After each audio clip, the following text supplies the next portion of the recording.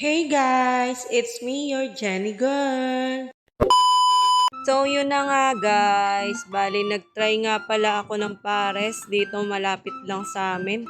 Nagutom nga ako, oras na ng gabi, nag-crave ako sa pares, kaya ayan. Ito yung typical pares na makikita mo lang sa gilid ng kalsada.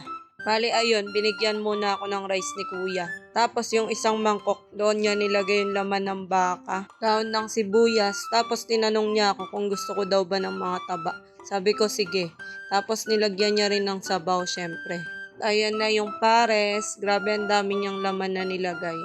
Bali ayun, pagkabigay niya sa akin, naglagay lang ako ng pritong bawang tapos nilagyan ko din ng kalamansi yung pares ko. Hindi ako mahilig sa chili garlic kaya hindi ko nilagyan. Tapos share ko lang din, hindi ako mahilig sa pares mami kaya ayun, pares rice lagi yung ino-order ko. Kwento ko lang din, nung nag-aaral nga pala ako ng college, meron parisan sa tapat ng school namin pero never ko pa talaga na-experience kumain doon. Ang dami kasing tao lagi tapos nahihiya akong kumain mag-isa na nakatayo.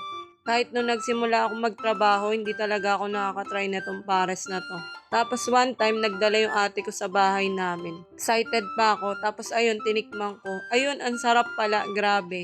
Simula nun parang naging isa na sa paborito ko ang pares. Pura lang kasi siya, tapos mabilis pa i-serve, tapos mabilis din kainin. Tapos bihira din kasi ako makakain ng may sabaw pag nandito ako sa Manila. Usually kasi binebenta dito kundi prito, yung mga may sarsa naman. Kaya kapag umuwi ako sa amin, yung may sabaw talaga yung nire-request ko. Grabe na nga yung pares ngayon iba-iba na yung version. Dati laman lang ng baka, ngayon pati utak, laman loob, lechong kawali, chicharong bulaklak, tapos merong masabaw, meron namang hindi, may matamis, ganun.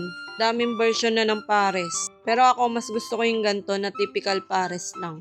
Hindi ako mahilig sa pares na matamis o yung nabibili sa Pares Retiro. Pero sa akin lang yun iba-iba naman tayo ng panlasa eh.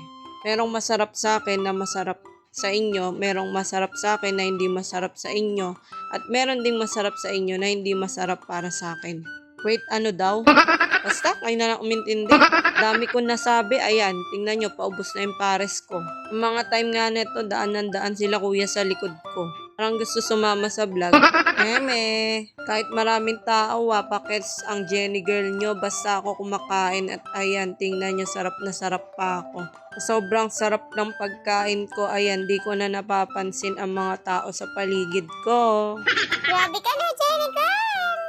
Ayun, sa sobrang enjoy ko sa pagkain, hindi ko na namalayan na ubos na pala itong pares na kinakain ko. For the busog ang inyong Jenny girl. Yun lang naman, maraming salamat sa panunood.